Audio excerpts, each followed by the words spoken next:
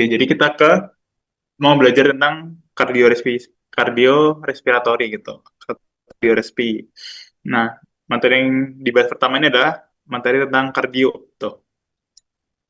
Oke, ini adalah basic pengantarnya dulu. Jadi uh, tentang sistem sirkulasi ya. Sistem sirkulasi itu adalah sistem yang menyalurkan darah ke seluruh jaringan di tubuh kita.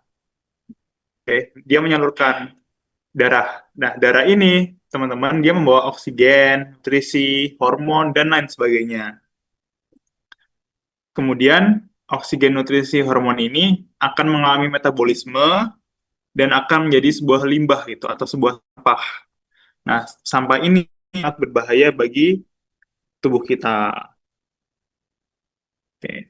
Otomatis limbah-limbah ini tuh akan diangkut ke tempat pembuangan, ke organ-organ yang akan membuang, misalnya ke urin, ke ginjal gitu kan, ke sistem keringat dan lain-lain, ke feses. Gitu. Supaya apa? Supaya tubuh itu tetap sehat dan dapat menjalankan fungsinya dengan baik. Oke. Kemudian sistem sirkulasi itu terdiri atas limfatik dan sistem kardiovaskular. Cuman kalau buat ini sistem limfatik tuh nggak dibahas gitu, nggak terlalu dibahas. Setauku ya, karena masuk ke infeksi gitu. Nah, yang kita bahas di sini adalah yang sistem kardiovaskular.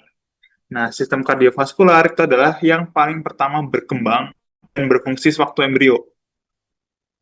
Dan dia berasal dari jaringan mesoderm gitu. Kenapa yang paling pertama berkembang? Karena janin ini kan butuh suatu pengantar gitu kan, suatu pompa kan untuk menyalurkan nutrisi-nutrisinya. Jadi dia otomatis yang paling pertama berkembang karena yang paling dibutuhkan.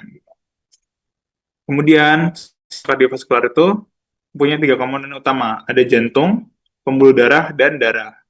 Jantung itu fungsinya sebagai pompa, dia memompa darah gitu. Pembuluh darah fungsinya untuk membawa darah, menyalurkan darah gitu, dia sebagai selangnya.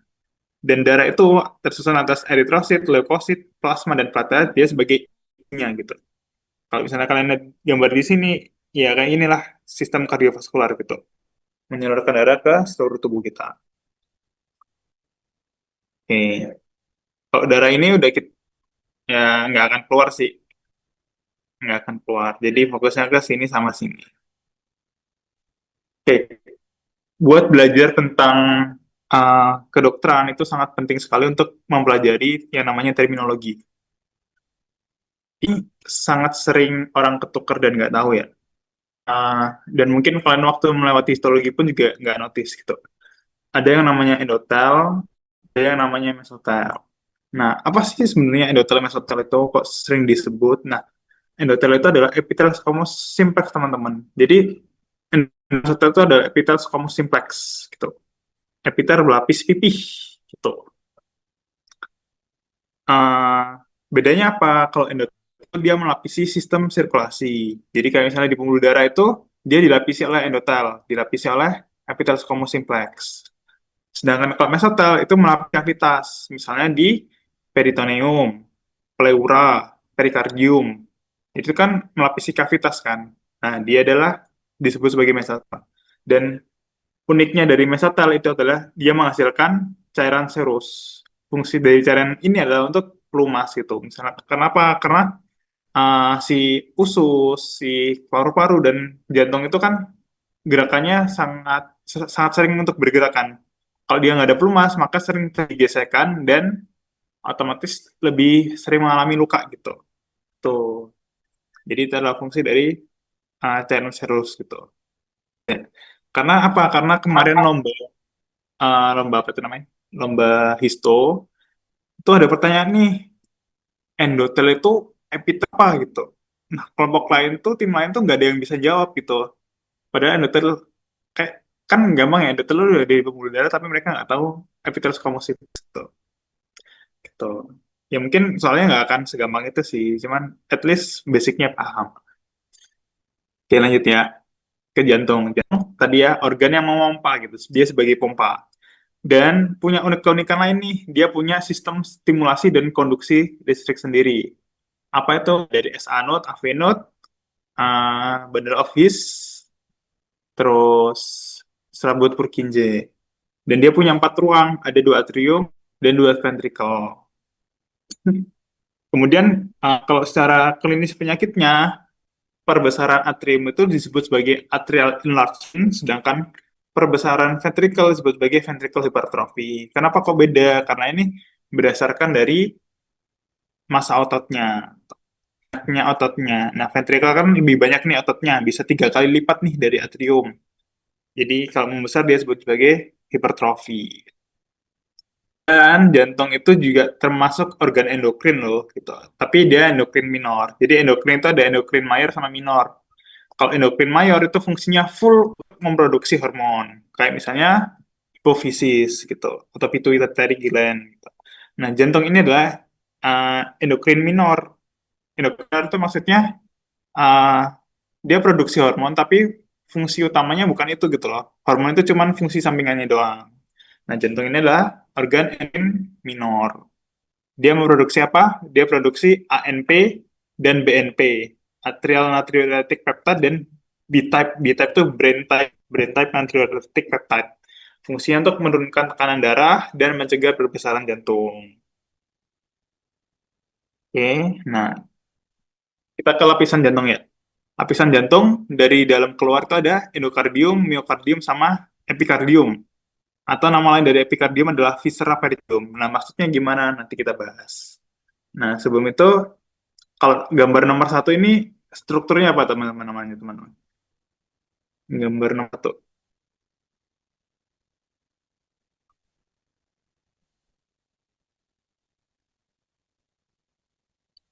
Arteri penulis kah? Aorta kah? Gitu. Apa kira-kira? Yang satu itu atrium nggak sih Mas? Atau lingula gitu? Atrium apa? Kanan nih. Atrium kiri, atrium sinister. Oke. Terus kalau gambar nomor tiga,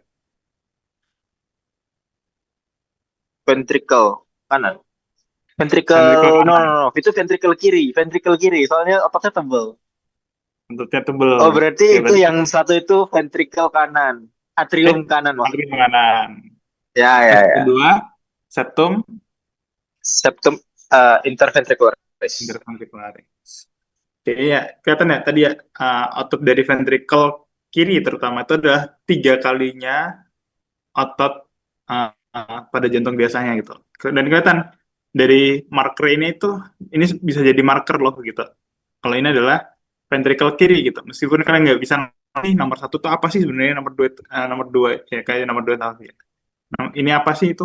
At least ini adalah markernya nih, penandanya. Karena itu ototnya. Terus berarti kalau yang ini apa ya?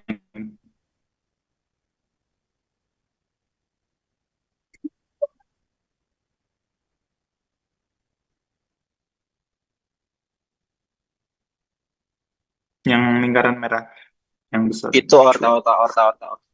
Aorta. Oke, terus kita ke nomor 456. Ya. Nomor 6 apa Karen?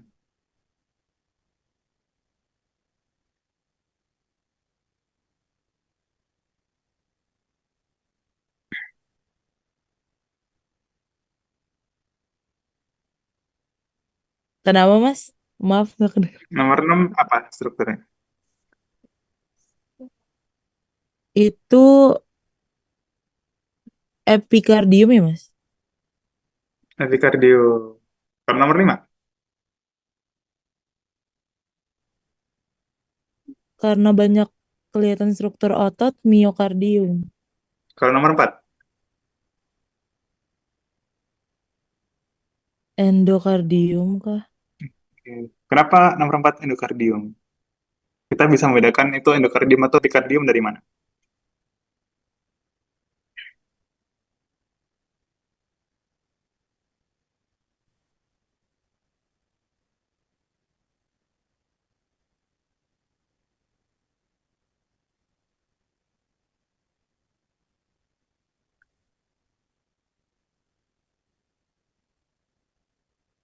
Oke, nggak apa-apa. Kita bahas nanti. Ya. eh Bikin soal sih, jadi kayak Tricky tanya mas gambarnya mas. gambar trik ya. Kayak bola-bola gitu ya. Oke, nggak apa-apa. Tapi kadang tuh penting biar meskipun bola balik tapi tetap penting buat tahu itu, oh ini mana sih sebenarnya gitu. Oke, lanjut. Kita ke lapisan terdalam dulu. Kita ke endokardium. Nah, endokardium itu dia paling tebal di atrium kiri. Jadi yang kiri-kiri itu pokoknya tebal semua. Atrium maupun ventricle tuh yang paling tebal tuh di dan dia tuh punya 3 lapis. Ingat ya. Endokardium punya 3 lapis, ada endotel. Endotel tadi epitel apa? Squamous, Squamous, kompleks, simplex, sim- simplex, kompleks, simplex sorry, ya. sorry. Simplex ya? Ya, simplex. Simplex. Nah, epitel squamous Lapis, simplex. lapis, lapis. Ya. Lapis pipi. Tuh. Ah, ya udah endotel berarti dia epitel squamous simplex itu. Subendotel tuh dia di bawah endotel. Nah, dia punya beberapa lapisan, ada otot polos, elastis, kolagen, peringkat longgar. Terus di bawahnya lagi ada subendokardium. Di bawah dari endokardium sendiri. Dan dia tuh punya struktur yang sangat khas yang disebut sebagai serabut Purkinje. Gitu. Sangat khas ya. Jadi serabut Purkinje letaknya di subendokardium. Nah, dan serabut Purkinje itu adalah modifikasi dari otot jantung. Modifikasinya. Ini kan ada otot nih. Nah, di sini juga modifikasinya akan mengalami serabut Purkinje gitu. Terus nih. Oke, terus endokardium udah nih. Ada apa tadi lapisannya? Bima?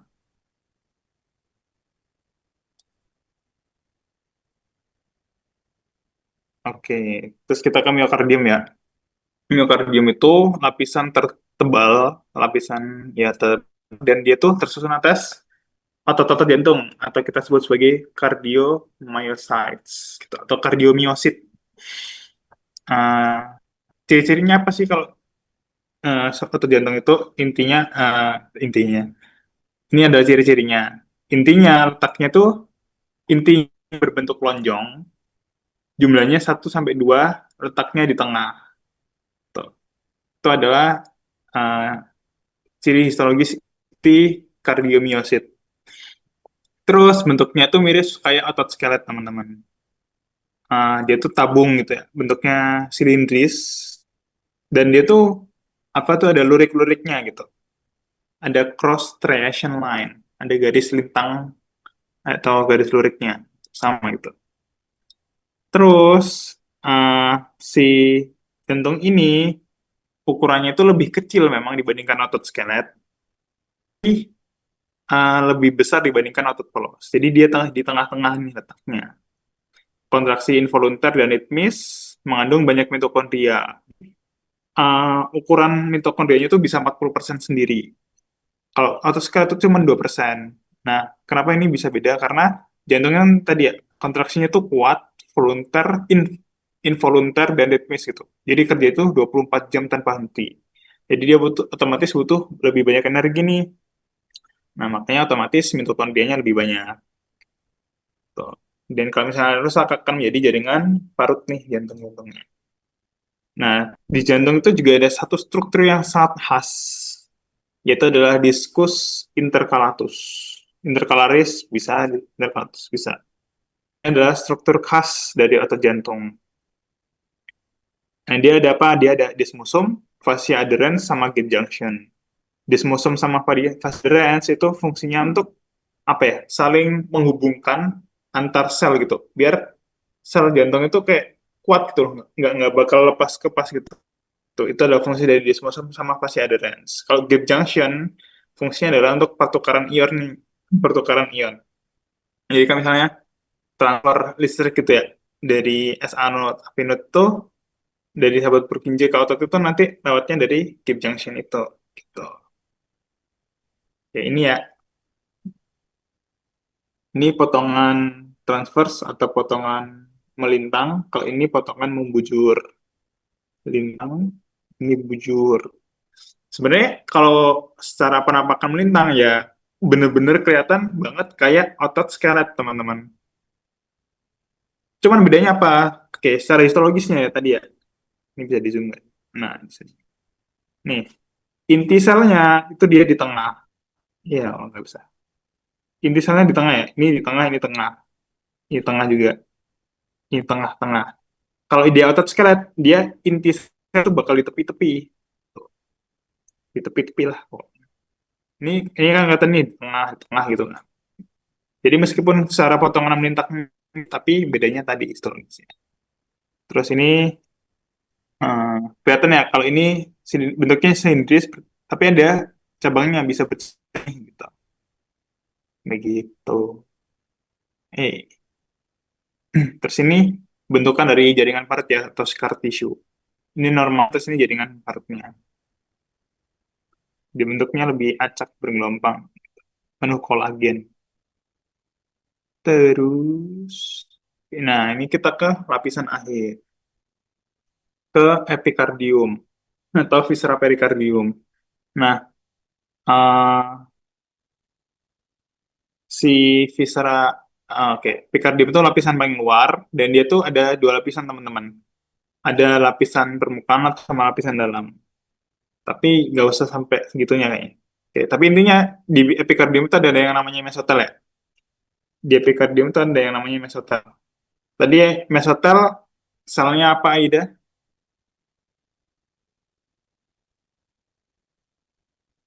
Selnya squamous simplex, Mas. Oke, kita kamu simplex ya. Tuh. Cuman tadi ya, karena mesotel, kalau endotel di sistem sirkulasi, kalau mesotel di yang bagian kafum-kafum gitu. Nah, di sini dia menghasilkan cairan serus berupa liquor perikardii atau pericardial fluid. Gitu. Tuh. Nah, terus di epikardium atau viscera perikardium itu ada jaringan ikat lemak, longgar, terus ada punggung koroner, limfe saraf. Kita balik ke KEC. Ini nomor 4 itu adalah apa namanya? Epikardium. Full tempatnya adalah epikardium. Terus yang putih-putih ini adalah lemak-lemaknya. Nomor 5 adalah pembuluh darah koroner. Ini ini vena. Arteri bentuknya lebih bulat gitu ya, lebih kokoh dan lebih tebal. Kalau vena lebih sedikit kolaps. Terus kalau nomor 6 ini apa? Nomor 6. Ada yang tahu nggak?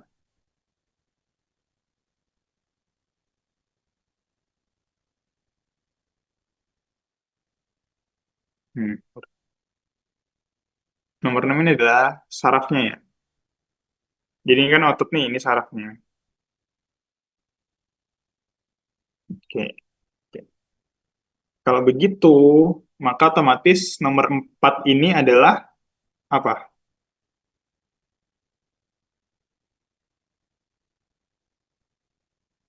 Epikardium Epikardium. Tahu dari mana? karena banyak sel lemaknya itu putih-putih. Sama Iya, jaringan ikat longgarnya juga, Mas. betul. Ini putih, longgar. Eh, arteri venanya ini arteri ini vena, cuman nggak terlalu kelihatan. Tapi itulah. Tuh. Jadi lebih putih, lebih. Ini kan lebih terisi semua, nggak terisi itu. Ini kan lebih nggak ada isinya gitu. Gitu, guys. Oke, lanjut lagi ya. Oke. Kita ke pembungkus jantung atau perikardium. Di sini kan epikardium itu nama lainnya adalah viscera perikardium. Maksudnya sebenarnya gitu. Oke. Uh, Perikardium itu ada lapisan yang bagian luar sama lapis bagian dalam. Kalau yang luar itu namanya perikardium fibrosum. Fibrus itu jaringan ikat padat ya. Kalau perikardium serosum itu perikardium yang serus tadi kan gitu kan. Berfungsinya adalah untuk menghasilkan cairan serus. Ada lamina parietalis sama lamina parietalis sama ada lamina visceralis. Nah, visceralis ini itu adalah epikardium. Sebenarnya kalau nggak hafal ini nggak apa-apa sih. Cuman, oke. Ini ya, oke. Terus kita di sini ada serus perikardium. Gimana tuh?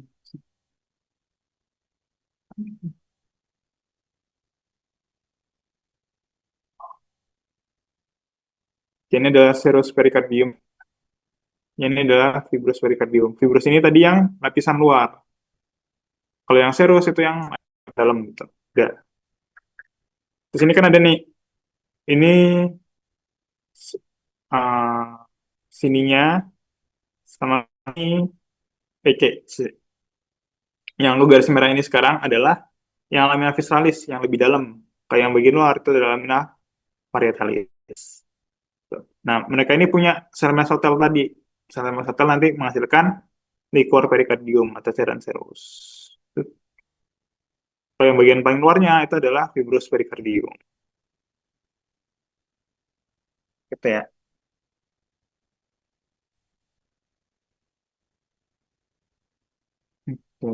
Ingat ya lagi ya, pericardium fibrosum, fibrous itu adalah jaringan ikat padat. Jadi lapisan ini adalah lapisan perikardium yang tersusun atas jaringan ikat padat irregular. Kenapa dia letaknya paling luar?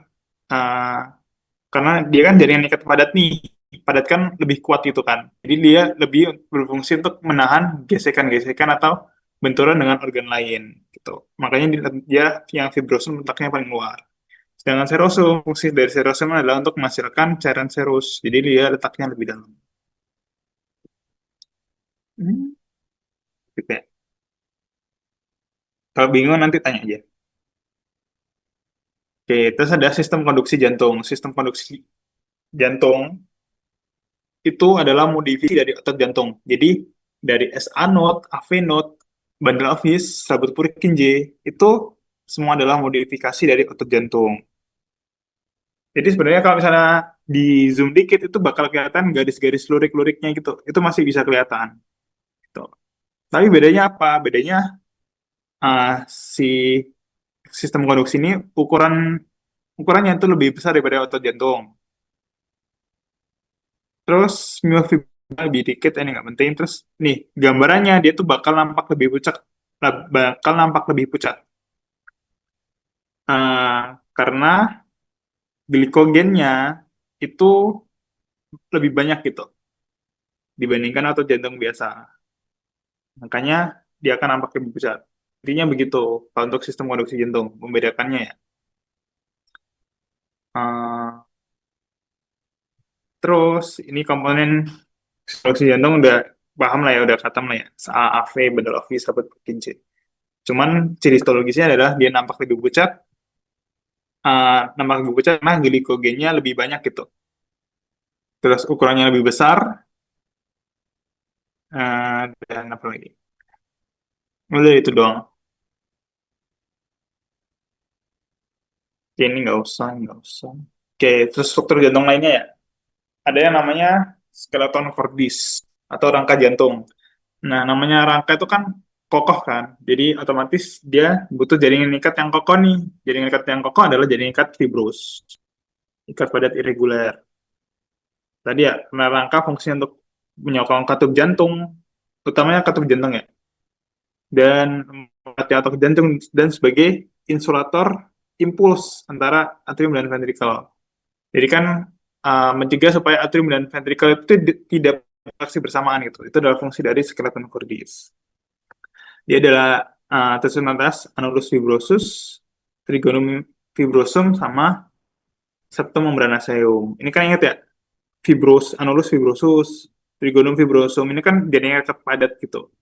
Oh ya udah, berarti dia tersusun dengan ikat padat. Septum membranaceum. Oke. Nah, ini strukturnya juga ada muskuli papilares sama chorda tendinea. Uh, muskuli itu kan otot gitu kan. Jadi dia itu adalah tonjolan otot dari dinding ventrikel ke ruang ventrikuli. Karena dia tonjolan otot nih, otot jantung ya, berarti strukturnya sangat sama persis dengan otot jantung biasa. Gitu. Dan tadi ya endokardium itu kan melapisi bagian dalam jantung kan. Karena ini juga nonjol nih, dan dia pasti akan dilapisi gitu. Ini dilapisi gitu. Jadi dia akan dilapisi oleh endokardium. Tapi endokardiumnya cuma ada endotel aja. Kalau korda tendinnya tendon gitu kan. Jadi dia jadi ngikat padat gitu. Terus ini katup jantung. ah supaya ya ini fungsinya ya supaya darah itu tidak ke atau mengalami regurgitasi itu biar nggak balik lagi gitu.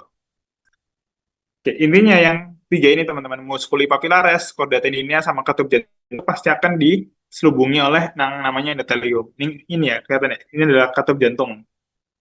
Nah, ini ada endokardium, ini ada endokardium. Endokardiumnya spesifiknya cuman endotel doang. Tuh. Jadi dia cuma dilapisi oleh squamous simplex. Udah itu doang. Gitu. Ini dilapisnya kayaknya nggak usah deh. Sangat jarang keluar. Terbagi jadi ada valvula atrioventricularis sama valvula semilunaris. Oke, ini otot jantung, jantung, jantung, jantung. Sisi. Oke, ini adalah pembuluh darah koroner. Oke. Kita tahu ini adalah left atrium, atrium kiri itu dari mana? Dari ini. Ini kan bagian kita. Dan ini ada apa tuh? Epikardium tadi. Dan ini ada pembuluh darah koroner. Otomatis ini kan bagian paling luar nih. Bagian paling luar kan. Ini kosong pasti. Nah, jadi ini adalah left atrium. AV, ini katupnya, katup AV.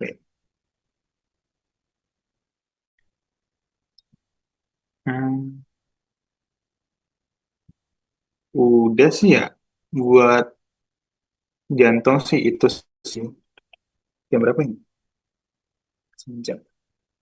Intinya kalau jantung itu menurutku yang penting tahu endokardium, miokardium, sama epikardium. Tuh. Terus lapisannya apa aja itu penting buat tahu. Ada endotel, misalnya di endokardium itu ada endotel, subendotel, sama subendokardium. Kalau miokardium jangan lupa untuk menghafalkan ciri-ciri histologisnya. Ada apa aja, apa aja, apa aja. Terus epikardium, oh ini ada lemak, longgar, bisa bedain aja sih. Dan yang khas cuma mesotel doang kalau epikardium. Sama kalau buat mengidentifikasi preparat, ini kan babak penyisian dulu kan, belum ada USP kan. Nah, menurutku bacanya sih seadanya aja sih, maksudnya nggak usah yang sampai detail. Dulu aku belajar yang uh, gambar jantung yang ini, itu kayak susah banget, kayak susah memahami, itu butuh waktu gitu. Kalau kalian kepepet, mending entaran dulu. Mas, mau nanya Mas. Ah, Mas kan udah pernah ada pengalaman nih ya. Itu kan yang di mana semifinal itu kan ada OC sama OSP. OSP itu berarti kayak responsi gitu atau gimana? kayak respon sih. Berapa itu kayak per lab gitu ada anatomi, fisiologi, histologi gitu atau gimana? Gabung-gabung. Beda-beda. Kalau misalnya aku ambil neuro ya, neuro itu ada berapa soal itu? 15 soal doang. 15 ya? Berapa sih? 30 kayaknya. Ada anatomi, ada histologi, ada pemeriksaan penunjang. Udah cuman 3 itu doang yang di neuro. Dan 3 ini masing-masing itu adalah 10 soal. 10 soal. Atau 5. Aku lupa 5 atau 10 soal kayaknya. Itu kerjanya berdua atau masing-masing mandiri satu-satu gitu. Berdua untuk OSP ya. Tapi kalau OSC sendiri-sendiri. OSC itu di final RMO. Nah, Tapi tapi kalau yang tahun ini juknisnya jadi semifinal tuh Mas kayaknya. oh ya Kalau udah, enggak. udah kayak gitu. OSC sama OSP semifinal. Finalnya LCT tok. Oh, dia berarti menganut sistem ini, sistemnya IMO ya. Nah, kalau IMO, IMO nggak IMO juga ya. Kalau IMO itu babak penyisiannya itu ada MCQ sama OSP, itu digabung jadi satu. Jadi nanti beda hari sih, beda hari. Jadi hari pertama ngerjain MCQ, hari kedua ngerjain OSP. Nah, itu ngerjain. Ya, kalau yang OSP tuh kalian tuh ada syaratnya cukup ketat ya. Jadi perlu dibaca lagi juknisnya, tapi nggak tahu bakal beda atau enggak. Intinya gini, misalnya nih, dulu tuh juknisnya, ya udah misalnya tadi ya, apa lapisan terdalam dari jantung? Oh, endokardium ya udah kalian tulis aja endokardium. Tuh. Cuman repotnya itu gini, dia tuh ada buku buku khusus gitu loh. Jadi penamaan histologi itu menganut buku itu. Jadi nggak boleh beda dari buku itu. Jadi kalau misalnya kamu nulis endo,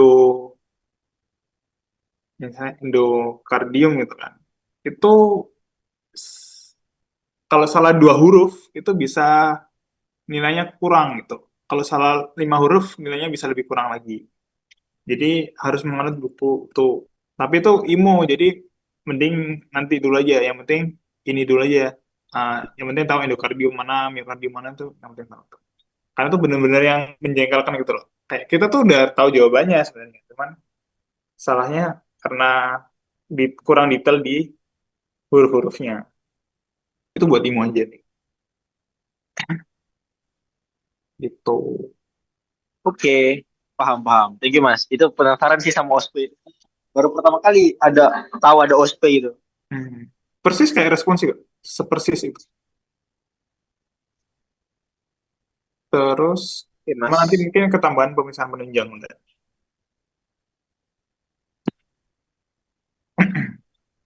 Lanjut ya. Pembuluh darah. Oke, kita ke pembuluh darah.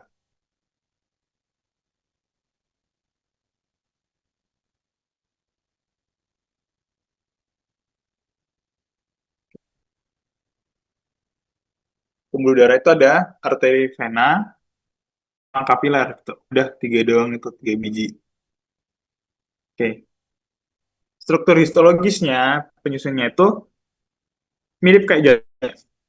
Eh, kalau di jantung tuh paling dalamnya itu endokardium. Kalau pembuluh darah paling dalamnya itu adalah tunika intima. Tengahnya itu adalah tunika media. Paling luarnya itu adalah tunika adventitia. Tuh. Lanjut lagi ini, skip dulu. Oke, tunika intima ya. Nah, di tunika intima itu sama teman-teman. Yang paling dalam itu adalah endotel. Epitel squamous simplex gitu. Namanya, jadi endotel itu melapisi lapisan terdalam dari sistem kardiovaskular atau sistem sirkulasi. Limfa pun dia di dalam endotel. Terus ada juga di bawahnya itu ada subendotel lagi. Kalau subendotel itu biasanya cuma polos, elastis, kolagen dan longgar itu nggak penting banget lah. Gitu. Yang penting tahu adalah oh ini ada endotel. Terus kalau vena itu uh, dia kan punya struktur yang khas ya, yaitu adalah katup vena. Kenapa kenapa sih perlu katup? Kenapa Aida? Soalnya ini cemimil ya Mas ya. Ya, soalnya kan kita kan mau bawa darahnya balik ke jantung tuh. Nah, apalagi Nah, yang di ekstremitas bawah, itu kan ngelawan gravitasi. Kalau misalnya nggak ada katup, nanti darahnya nggak bisa kepompa ke atas, jadi turun-turun terus gitu. betul. Tuh, kalau ada katup nanti turun-turun-turun. Apa klinisnya? Kalau katupnya Insufisiensi bermasalah. vena kronis, Apa? insufisiensi vena kronis, Iya, iya nggak sih? Iya harusnya iya. Aku juga lupa. Pokoknya yang di bawah itu yang apa tuh kayak bentuk varises-varises itu. Ya Mas, CVI, Chronic Fatigue Hmm. Oh Insufficiency. ya, konvensi. Udah fungsinya gitu. Dan katup jantung katup vena tuh paling banyak di atas bawah karena tadi ya melawan gravitasi. Hmm. Nah, di tunika intima itu ada keren nih namanya lamina elastica interna. Lamina elastica elastis nih. Jadi lamina elastica interna itu adalah uh, serabut elastis gitu. Fungsinya apa? Fungsinya untuk memungkinkan terjadinya difusi zat untuk memberikan nutrisi ke sel-sel bagian dalam pembuluh darah. Gini ya, ini kan arteri kan, arteri ini. Gitu. Ini adalah endotel. Tunika intimanya endotel. Terus ini adalah lamina interna nih, yang kuning-kuning gitu. Nah, ya ini ya, yang kuning-kuning. Dia itu kan apa ya? Si otot-otot di sini kan juga perlu nutrisi kan, perlu darah gitu kan. Nah, tapi kadang tuh difusi darah masuk nih, kurang menusuk ke dalam nih gitu. Karena kurang menusuk nih, maka ada lamina elastika. Nggak deng, nggak deng. Sorry, bukan gitu. Itu beda beda beda tadi. Ya, intinya kalau lamina elastika, sorry ya, lamina elastika interna, jadi dia membantu fusi aja gitu, ke dalam-dalam gitu. Terus ini kata jantung tadi ya, bentuknya kayak gini. Mencegah supaya darah tidak ke bawah, tidak mengalami regurgitasi. Oke. Eh, arteri vena itu punya lamina elastika interna, arteri vena. Cuman kalau lamina elastika eksterna nih yang ada di tunika media itu hanya ada pada arteri saja. Nanti oke, kita habis ini kita bahas. Lanjut ya. Jadi tunika intima ada endotel, subendotel. Sama tunika ya lamina elastika interna. Ini adalah tiga struktur utamanya. Tuh. Terus tunika media dia tuh bentuknya dia tuh ada otot.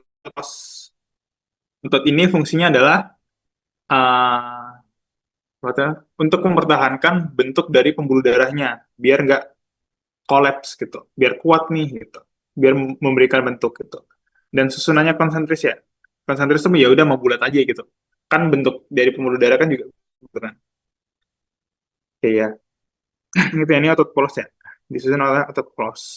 Kalau otot rangka ya di ekstremitas dan otot bisa digerakkan. Ini adalah lamina elastika eksternal. Oke, lamina elastika eksternal hanya ada pada arteri. Kenapa? Karena arteri itu kan dia itu kan memompa darah gitu kan ya, memompa darah ke seluruh bagian di tubuh kita dan tekanan arteri itu amat sangat kuat gitu.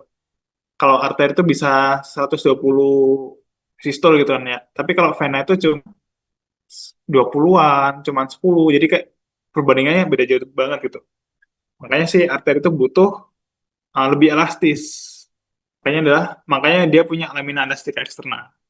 Kalau misalnya arteri itu kaku atau tidak elastis, maka terjadi eh, peningkatan tekanan darah. Gitu. Tekanan darahmu bisa meningkat, gitu. Hipertensi, karena yang berhubungan dengan resistensi perifer. Gitu. Jadi kalau arteri kaku bakal menjadi hipertensi. Gitu guys. Jadi cuma ada pada arteri ya, lamina elastika eksterna. Kalau karena itu jarang ada atau seringnya itu tidak ada sama sekali. Lanjut lagi ya. Kita ke yang paling akhir, lapisan paling akhir ada tunika adventitia. Dia tersusun atas kolagen tipe 1 dan serabut-serabut elastis. Dan ini ya, selalu ya, epikardium, tunika adventitia yang luar-luar itu pasti dia ada, bukan pasti ya, seringnya itu ada jaringan ikat lemak, guys. Terus dia jaringan ikat padat longgar, padat irregular, dan lain sebagainya. Ya, intinya banyak lemaknya lah gitu. Pencet kayak. Nah, kalau yang bikin vasokonstriksi dan vasodilatasi itu berarti yes, betul. Itu yang bikin vasokonstriksi dan dilatasi adalah tonika medianya. Oke. Nah, apa sih yang memengaruhi? Oke, lanjut ya. Jadi yang memengaruhi vasokonstriksi dan vasodilatasi itu adalah sistem saraf otonom kita. Ada sistem saraf simpatis sama parasimpatis. Uh, dan ini efek ke semuanya ya. Kalau simpatis itu dia menurunkan tekanan, meningkatkan tekanan darah kita gitu kan, fight or flight. Sedangkan kalau parasimpatis kan lebih santai, makanya apa itu namanya, tekanan darahnya itu lebih vasodilatasi atau lebih lebih turun gitu. normal atau bradikardi. Sama kayak jantung. Jantung meskipun dia punya sistem konduksi sendiri, tapi dia tuh dipengaruhi eksternal loh. Jadi yang meningkatkan tekanan jantung, pompa jantung itu adalah saraf simpatis, yang menurunkan pompa jantung itu adalah parasimpatis. Dan di sini ada satu struktur khas, yaitu adalah vasa vasorum. Nah, vasa vasorum, vessel of the vessel, adalah pembuluh darah yang memvaskularisasi pembuluh darah. Dia ada arteriol, vena, kapiler. Intinya adalah, misalnya kita ke mana ya?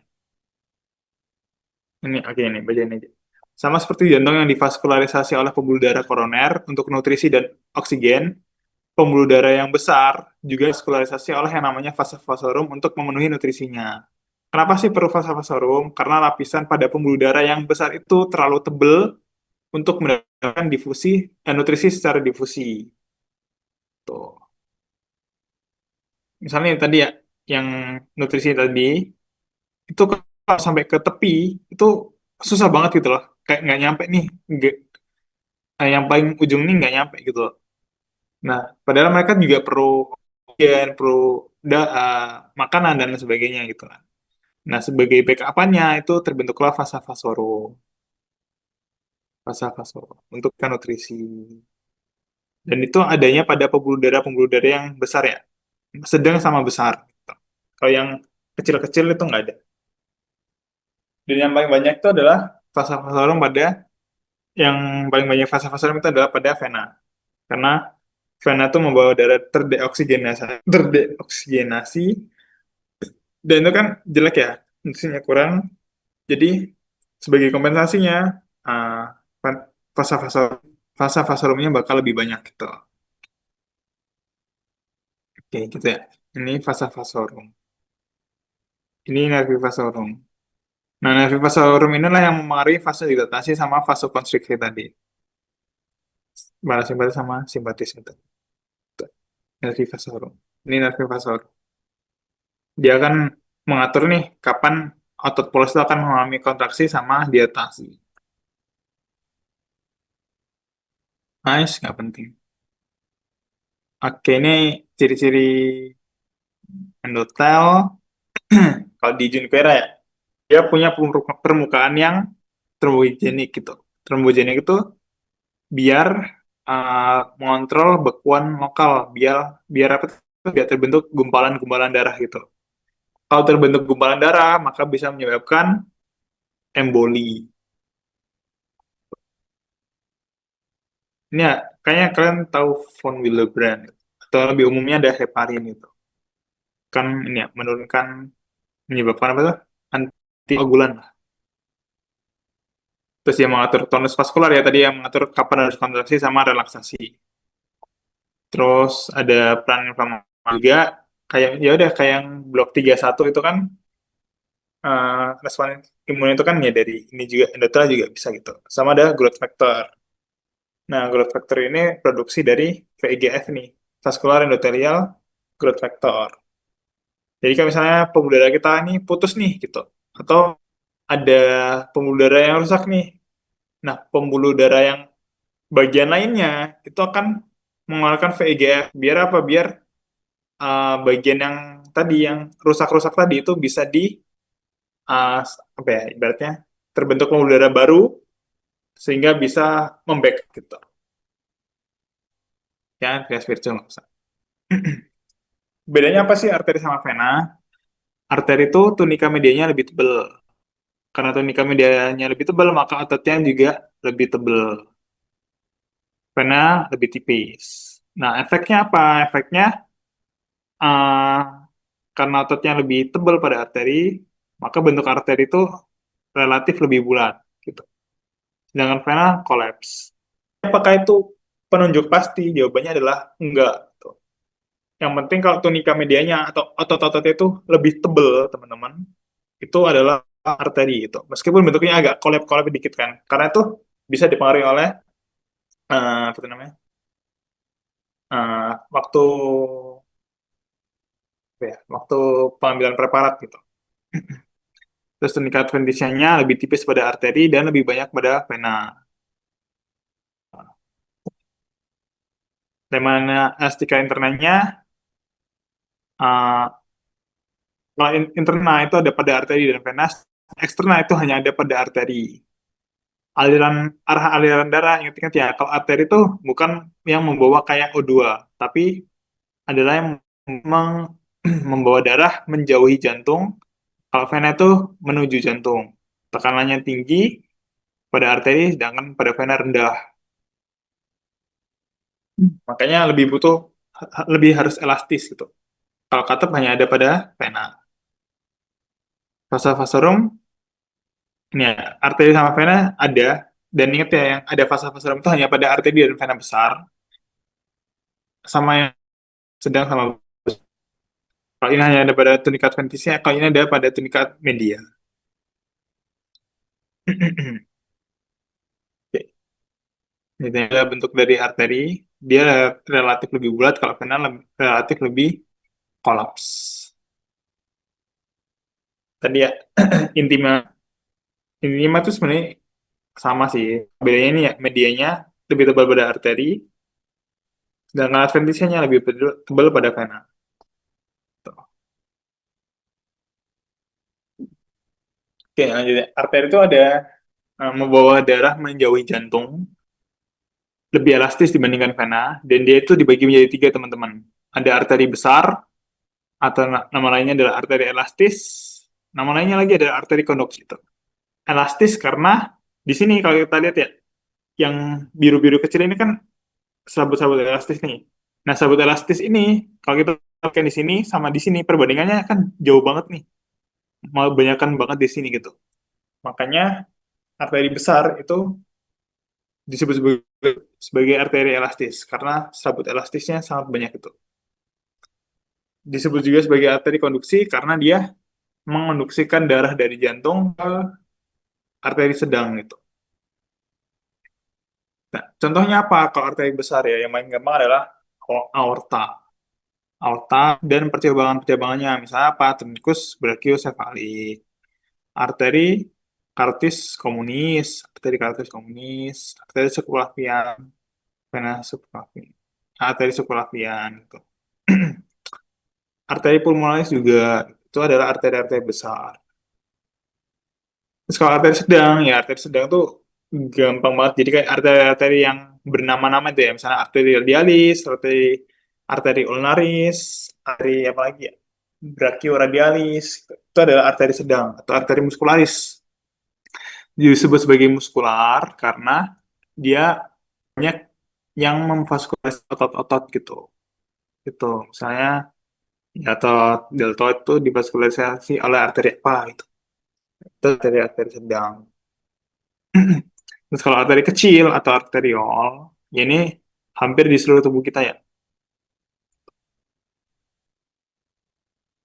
Dan kalau kita perhatikan gambar juga, si ini, kalau arteriol itu cuman tersusun atas 1 sampai 3 otot polos lah, dikit banget gitu, dibandingkan sama yang ini. Ini perbedaan-perbedaannya ya tadi ya. Oh, ini cuma 1 sampai 3. Oke, kalau ini arteri kecil itu maksudnya adalah arteri yang kecil-kecil doang ya, bukan arteriol gitu. Oke. Oke, terus ini ya, vasa vasorum itu cuma ada pada arteri sedang sama yang besar. Kalau yang ini tidak ada vasa vasorum, tidak ada nih, tidak ada vasa vasorum, tidak ada vasa vasorum. Jadi yang udah mengecil-mengecil ke vasa vasorum.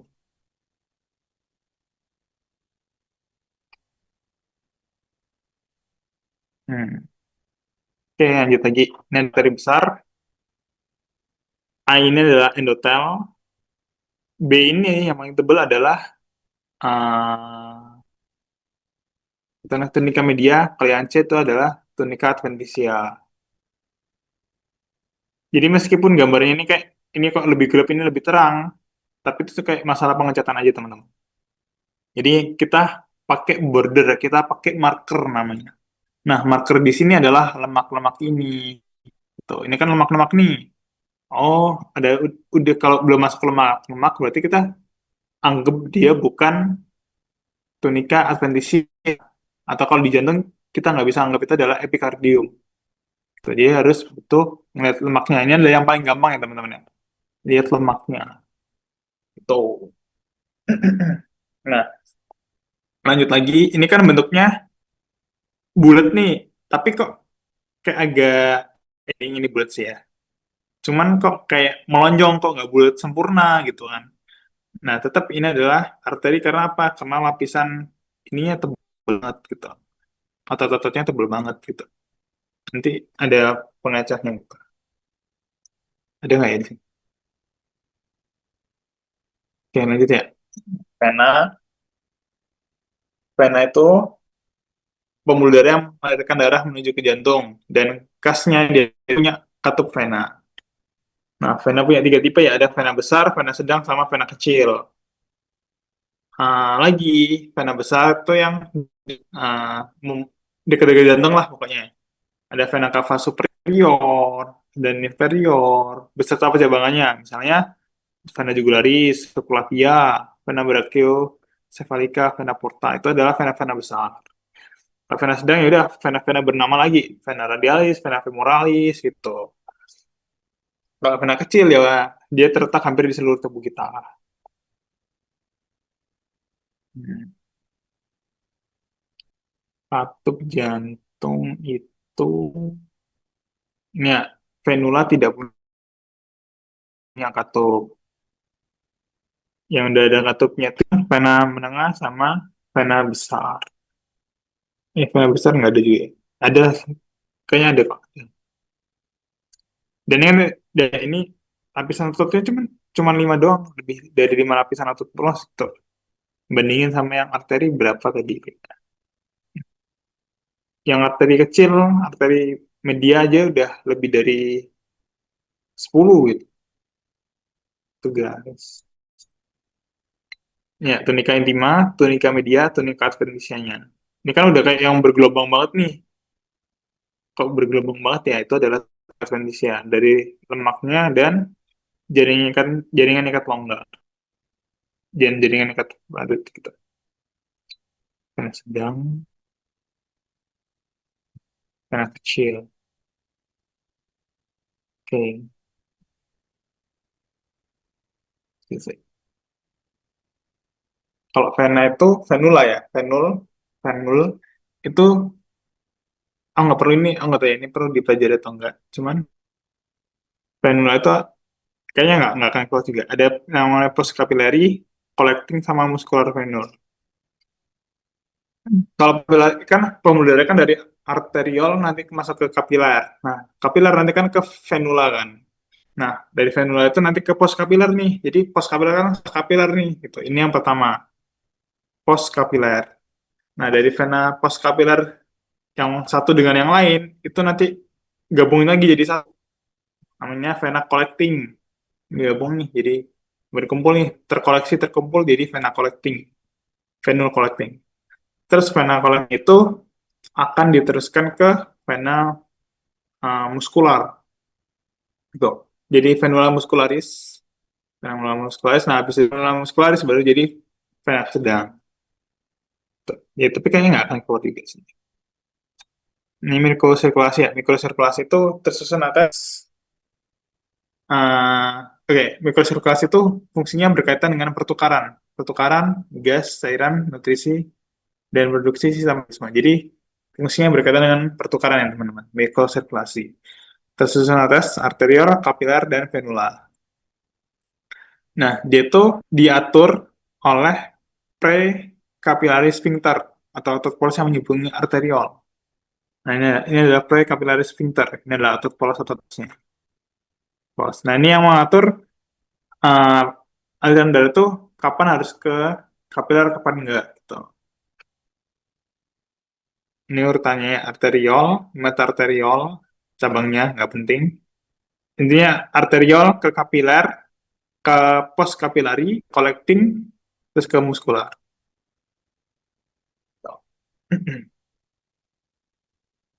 Ya, kita ke kapiler. Kapiler itu pembuluh darah terkecil kita. Dia cuma punya satu lapis endotel. Udah, cuman itu doang. Penyusnya itu cuman satu lapis endotel sama membrannya doang. Udah itu doang. Satu lapis plus membrannya doang. Eh, dia pun jadi dibagi jadi tiga tipe ya teman-teman. Ada kapiler kontinu, extra, sama sinusoid. Kalau kontinu itu yang paling banyak di tubuh kita dan paling sering. Kontinu itu maksudnya endotelnya dan membran selnya itu masih utuh, nggak ada yang bolong-bolong. Dia divaskulasi di semua jenis otot, jaringan eksokrin, kelenjar eksokrin, jaringan saraf gitu-gitu. Ya, otot saraf, jaringan ikat lah, pokoknya itu kapiler kontinu. Kalau fenestra, fenestra kan masih ada lubang-lubangnya nih. Endotelnya itu berlubang-lubang, tapi membran selnya masih utuh. Nah, dia banyakkan di tempat-tempat yang butuh apa ya, berlangsungnya zat secara cepat itu. Misal di ginjal, di usus, endokrin, plexus choroideus, gitu-gitu. Nah, kalau sinusoid ini udah bolong-bolong dari endotel sama membran selnya itu bolong-bolong. Nah, ini butuh apa ya, peningkatannya lebih cepat lagi nih pembuangannya dan utamanya adalah makromolekul. Kalau ini tuh makromolekulnya susah keluar teman-teman. Protein susah keluar, darah kan bisa darah. Cairan kan bisa gitu kan ya. Tapi kalau yang makromolekul kayak glukosa atau protein itu susah keluar. Nah, yang bisa mengeluarkan itu adalah si kapiler sinusoid. Tuh. Misalnya di hati limpa sumsum tulang. Misalnya sumsum tulang kan tempat produksinya darah gitu kan. Nah, terusnya ada oposit. Jadi dia butuh diangkut lebih cepat nih. Makanya bentuknya adalah skistoid atau diskontinu. Tuh. Hati kan juga gitu kan. Dia tempat pembuangan berbagai limbah di tubuh kita kan butuh yang semua tuh all in one masuk semua gitu. Terus limpa atau lien kan juga pembuang apa tuh pabrik pabrik apa tuh namanya? Pabrik hmm, recycle dari pembuluh darah. Terus ada anastomosis arterivenosus. Jadi kadang tuh arterial nggak harus melalui kapiler gitu. Jadi bisa dari arterial langsung ke venula. Nah itu disebut sebagai anastomosis arterivenosus. Misalnya apa? Misalnya pada termoregulasi kulit. Gitu. Saat vasokonstriksi akan melewati jaringan kapiler. Saat vasodilatasi akan dari arterial ke venula tanpa melalui kapiler. Ini adalah anastomosis arteriovenosus. Langsung nih dari arterial ke kapiler. Saat apa? Saat vasodilatasi. Kalau vasokonstriksi lewat sama tadi lewat ke kapiler dulu. Karena ini ya ada atau capillaris sphincter. Ini ini adalah aorta dan kelihatan banget ya. Sabut-sabut elastisnya itu banyak disebut sebagai arteri elastis. Ya juga. Udah nih ya, kalau misalnya di preparat kita tahu itu ada arteri besar atau sedang itu dari eh, gambarnya. Kalau gambarnya misalnya perbesaran terkecil aja udah memenuhi banget nih. Oh ini berarti antara arteri besar atau vena besar. Oke, nah ini ya gambar ini teman-teman. Jadi ini kan bentuk ini adalah arteri ya. Ini adalah arteri. Jadi meskipun dia bentuknya kolaps gitu, tapi ototnya tuh tebel. Nih, ototnya tuh tebel gitu. Ini kalau vena kan kelihatan banget ya udah kolapsnya dan ototnya tuh kayak nggak kelihatan gitu loh. Nggak kelihatan bagus gitu loh. Kalau yang ini tebel, makanya ini adalah arteri. Itu itu adalah pembedanya. Jadi tetap lihat seberapa tebel sih lapisan ototnya gitu. Jadi nggak cuman bentuk kolaps atau enggaknya. Nah gini, ini arteri tebel kan, ini arteri juga, ini arteri juga. Kalau yang ini udah ke vena-vena.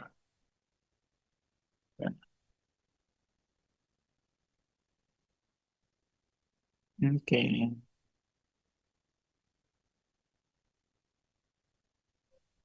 No, Scott. Kayak ada yang mau ditanyain.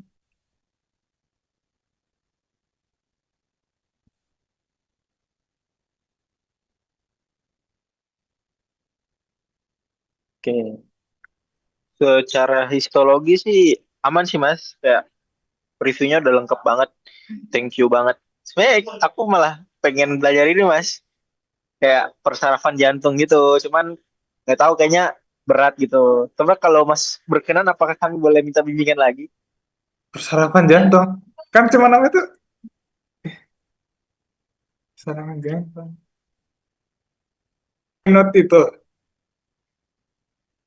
Nggak bisa aku, bro. Jujur nggak bisa. Kalau Kenapa yang, Mas? kalau yang sistem konduksi AS Anet Athena tuh, kayak aku nggak bisa yang detail banget sih. Bukan ini Mas yang kayak dari saraf dari otaknya terus ke apa trunkus simpatikus kan itu ada kayak jalur-jalurnya gitu ya. Kan Ah, kayak ada yang simpatis sama parasimpatisnya jantung itu kan lewat apa aku nggak tahu, aku belum belajar sih jujur. kayaknya nggak keluar sampai situ deh. Kayaknya kalau Oh nggak eh, keluar ya, oke oke aman ya aman ya. malah nambah membebani pikiranmu. Dari Benar. sampai Ini berarti kalau mau gitu ini Mas, banyak apa kayak soal-soal penyakit gitu. OSP-nya ini. CBT kayak penyakit kayak kita identifikasi terus tata laksana gitu-gitu.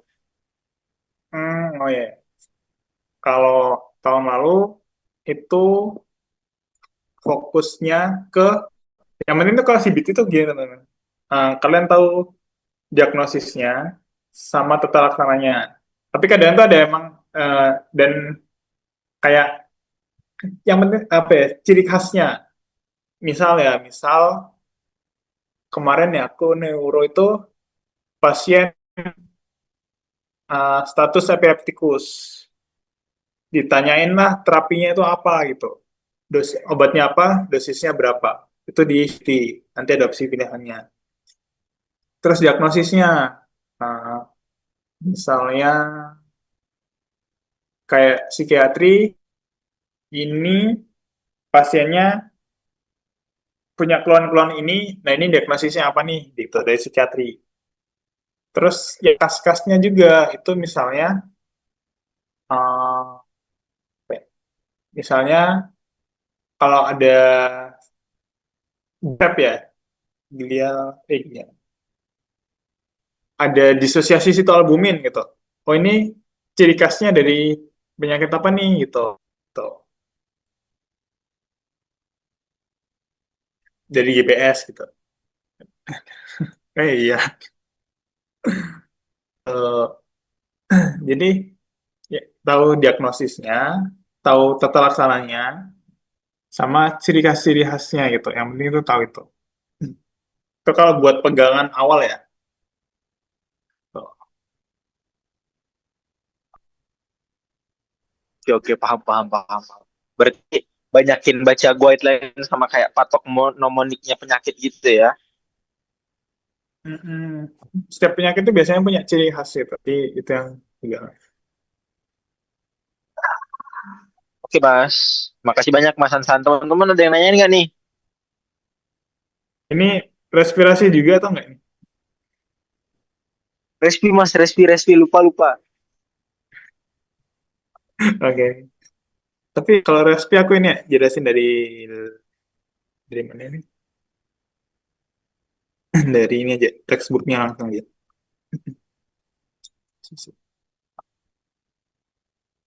Oke, kita maaf ya PPT-nya kayaknya. Ya udah jelasin gitu lah ya. Oke, jadi sistem pernafasan kita itu adalah sistem yang menyediakan pertukaran O2 dan CO2. Hmm,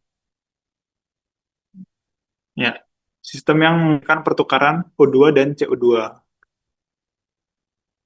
Ingat banget. Ya udah itu. Nanti nggak masuk. Nah, uh, dia ini dibagi lagi jadi dua teman-teman. Ada sistem konduksi dan ada sistem respiratorik. Terus zona konduksi dan zona respiratorik ya. Zona konduksi dan zona respiratorik. Bedanya apa? Jadi konduksi itu kan menghantarkan kan. Nah, jadi dia tuh cuma udara dari hidung dari luar menuju ke uh, zona respiratorik gitu.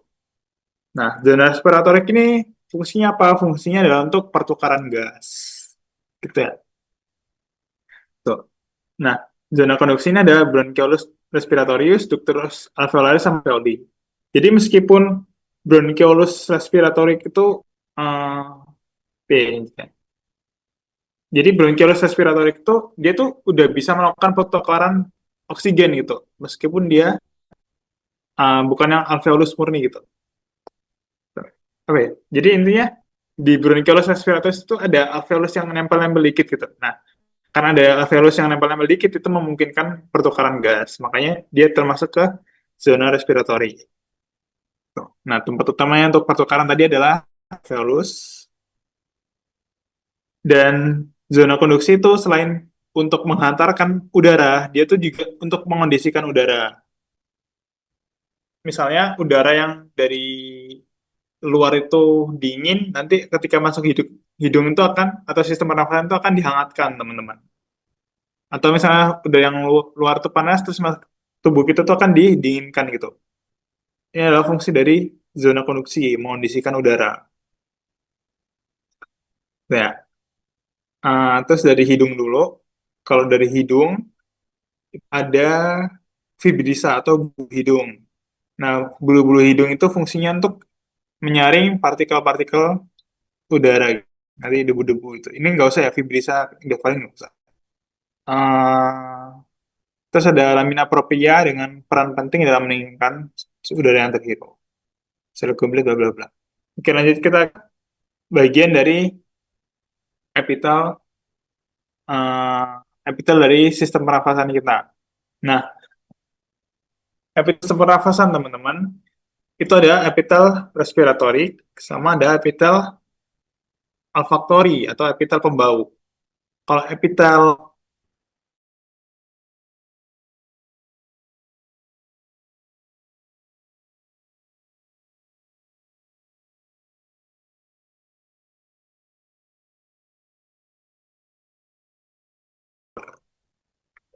udah itu doang.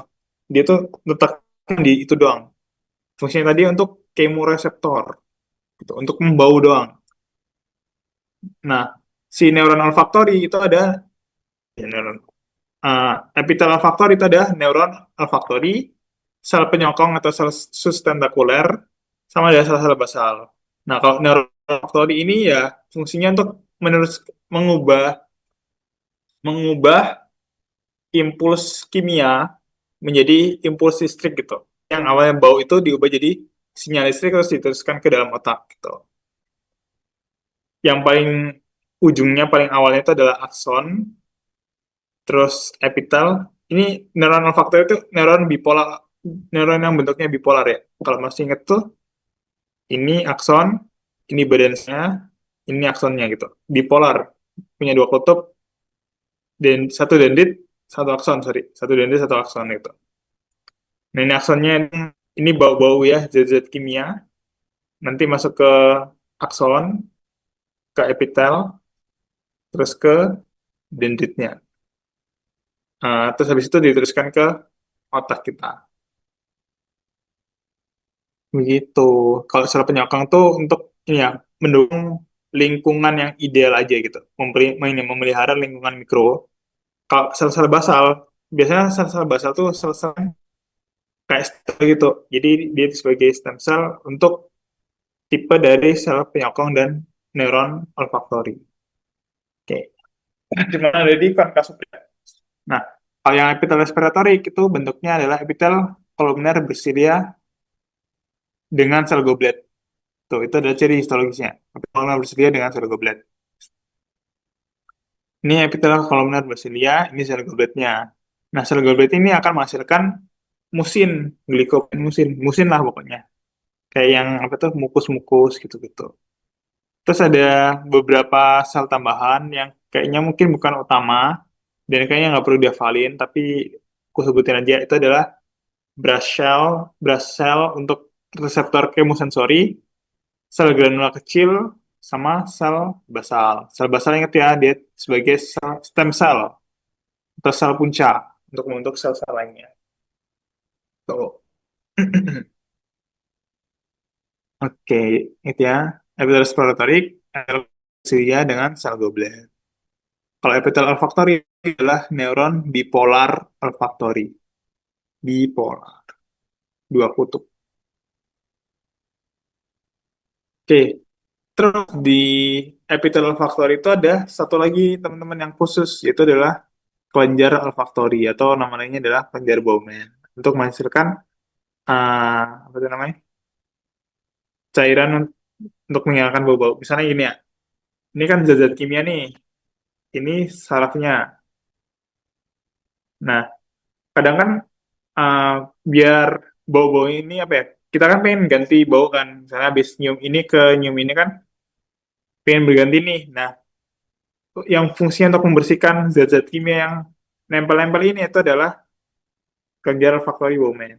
Jadi dihapusin dulu nih, gitu, dihilangkan gitu, baunya, ganti sama yang lain. Nah ini ya, ini adalah molekul-molekul aroma dan ini adalah lapisan mukus yang dihasilkan oleh kelenjar Bowman. Tuh, kelihatan ya. Terus, oh iya, sorry, ini dendrit dulu, baru badan sel, habis itu ke akson. Akson nanti akan meneruskan impuls ke nervus olfactorius. Gitu. Ini neuron bipolar olfaktori, terus ini adalah sel sustentakuler, ini adalah sel basal. Gitu guys. Lagi. Kalau sinus-sinus, kayak sinus maxillaris, dalis, venoidalis, sama satu lagi apa lupa, itu histologisnya sama aja sih. Dia itu ada epitel respiratorik dengan sel goblet. Tuh.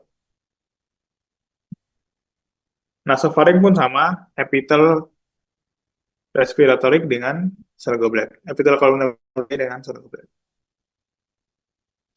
Nah, kalau laring ya, laring ini dia punya ciri khas. Dia tuh punya ini ya, dia tuh tersusun atas kartilago elastis,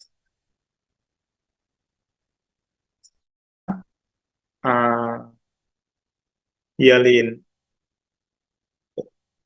Kalau elastis itu yang belakangnya tis-tis, is-is gitu. Misalnya epiglotis kan belakangnya is, cuneiformis, gitu-gitu.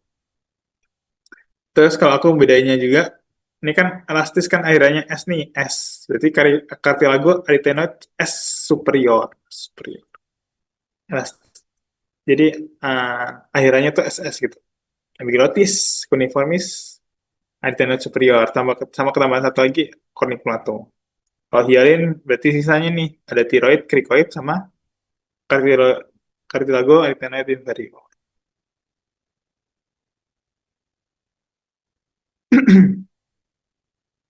Oke.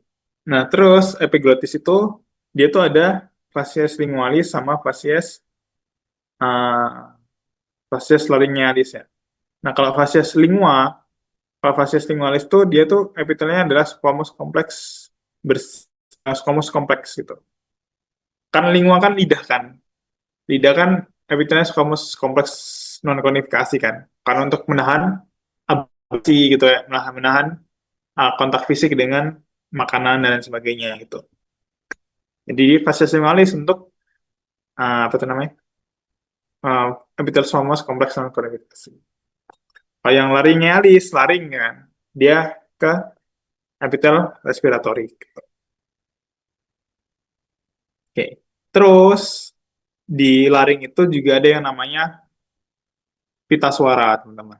Nah, pita suara ini ada yang namanya plica vestibularis atau vocal folds sama plica vocalis atau vocal cord. Nah, kalau plica vestibularis itu adalah pita suara yang palsu. dia nggak bisa menghasilkan suara gitu. Sebenarnya kalau efek dari ini ya evolusi gitu katanya. Dulu itu bisa, tapi sekarang udah nggak kepake. Akhirnya ya udah tetap ada, tapi nggak bisa menghasilkan suara. Kalau pika vokalis itu bisa menghasilkan suara. Tuh. Bedanya apa? Kalau pika vestibularis itu dia dilapisi oleh epitel respiratorik, teman. Pseudokompleks kolomner bersedia dengan sel goblet. Kalau pika vokalis itu epitel squamous kompleks non kornifikasi. Kalau yang kornifikasi cuma ada di kulit ya. Zoom dikit ya. Oke. Hmm,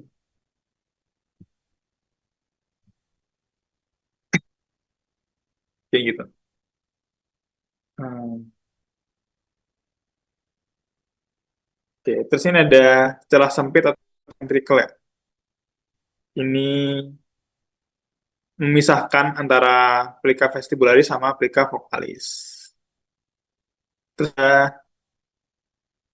uh, LV itu vestibulum, ya, laring vestibularis atau ya laring vestibularis atau vestibulum laring gitu.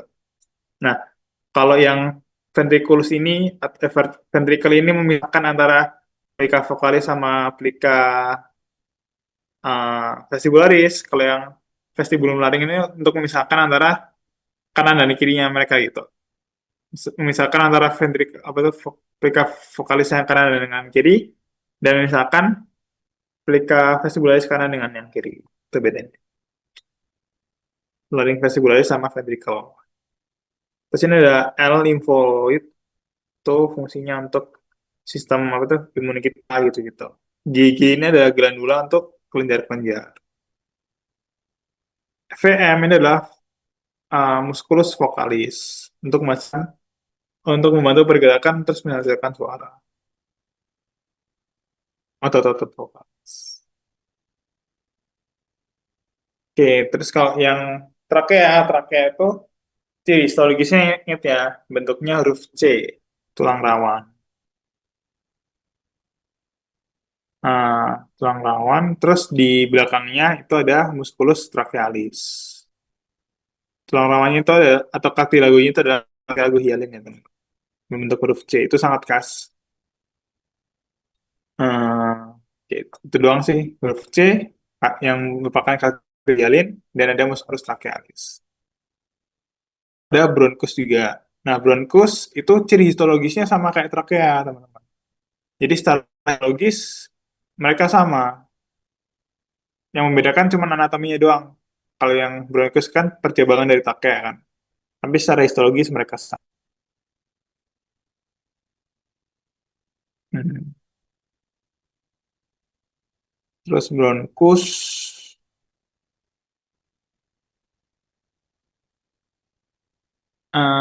intinya sama sih masih epitel squamous kompleks episode kompleks kolomner bersilia goblet gitu. Epitel pernafasan. Ini aku cepet aja ya. Epitel pernafasan. Kalau bronchiolus itu udah jadi epitel kuboid teman-teman. Kuboid. Terus udah ada sel clara. Jadi sel gobletnya tuh udah nggak ada nih, udah menghilang. Digantikan oleh sel clara. Clara. Tuh.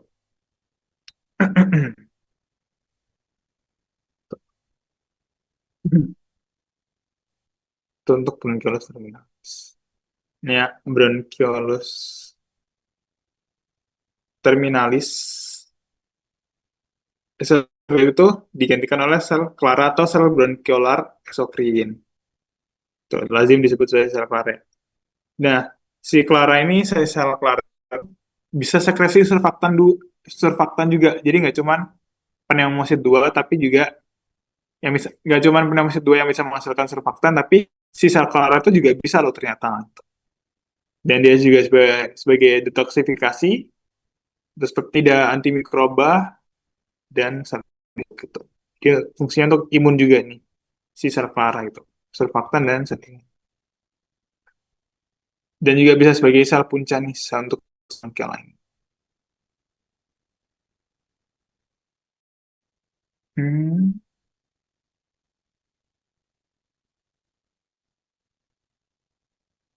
lagi ya?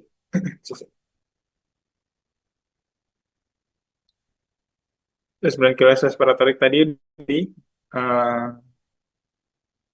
epitelnya kuboid bersih dengan sel clara. Nah, kalau udah masuk duct alveolaris itu jadi sel squamosa, teman-teman. Sel squamous. Squamous ini memungkinkan untuk pertukaran ini ya, pertukaran oksigen. Ini lagi.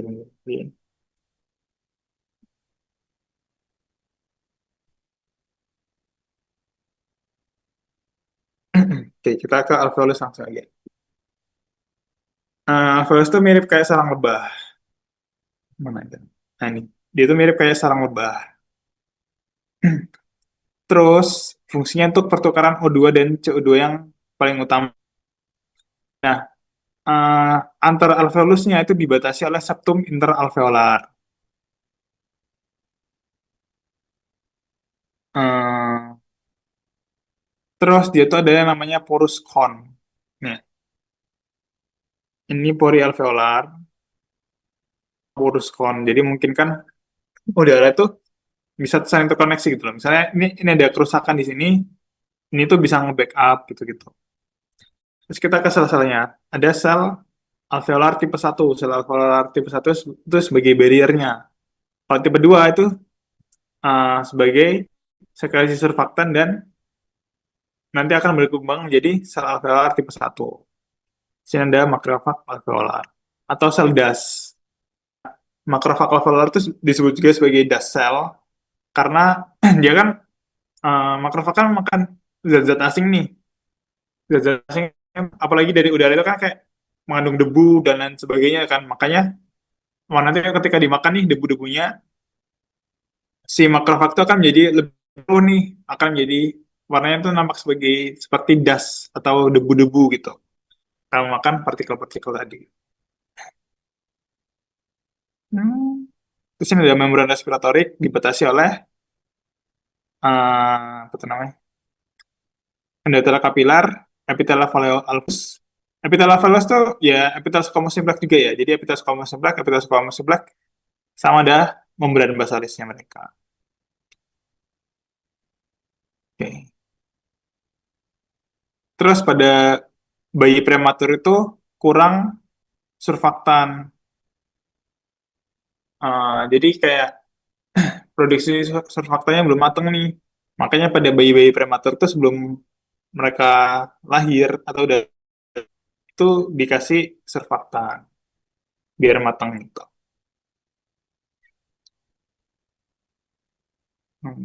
Sedikit susah dengan kandungan hal ini.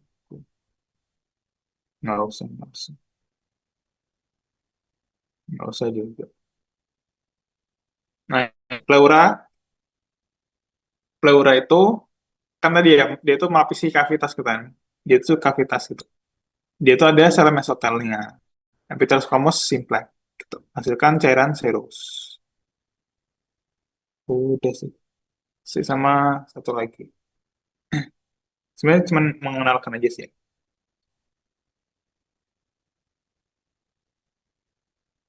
Ke ini. Ke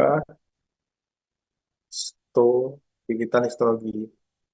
Aku dulu kalau belajar yang respi aja ya, yang respi fokusku di sini.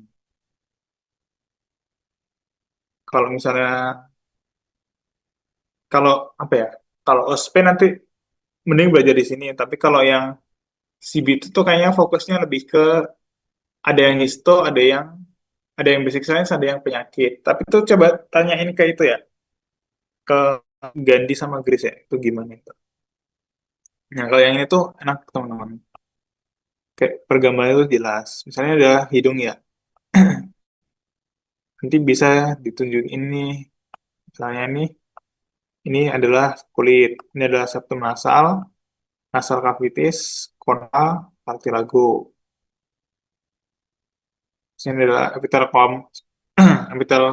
pseudokompleks kolumner, ini adalah silianya, ada propria, eh, kelenjar-kelenjarnya, pembuluh darahnya gitu gitu.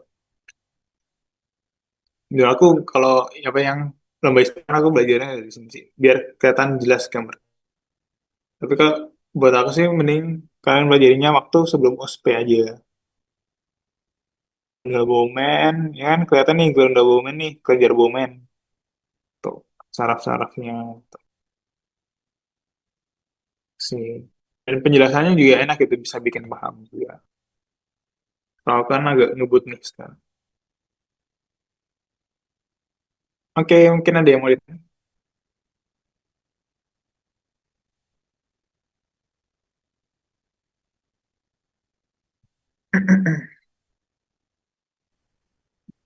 Kalau dari aku sih aman Mas, gak ada pertanyaan. Teman-teman ada nggak Bima Aida Karen?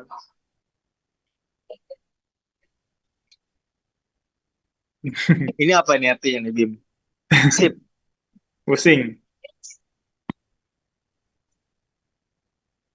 sim pusing.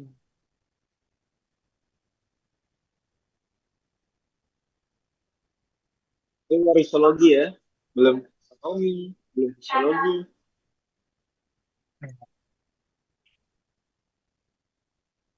Bisa lah ya harusnya anatomi lagi kemana-mana. Basic science. Amin. Hmm. Coba aku mau izin dokumentasi ya. Oke. Oke, kardio.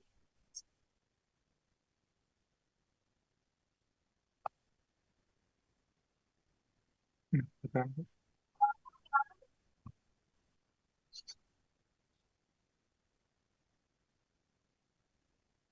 yang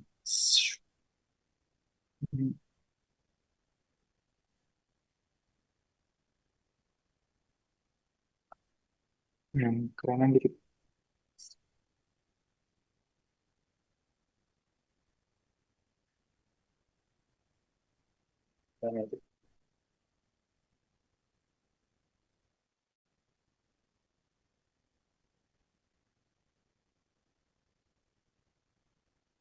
Oke, izin ya guys. Gaya, gaya, gaya, gaya, gaya. Ya, Gaya apa kalian nih Mas? Gaya apa nih Mas? kalian gayanya gimana? Kalau kan ya udah. Oh, pernah gaya kita. Gaya itu tuh, jantung gayanya nih. Nah, itu tuh, kayak yang digambar. Ya oh, itu gaya muskul. Oke, ya satu dua tiga.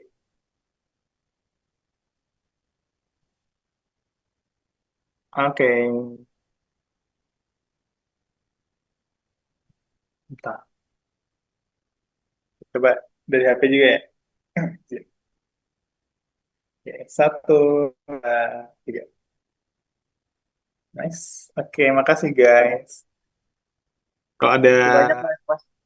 yang mau bikin apa, kabari aja.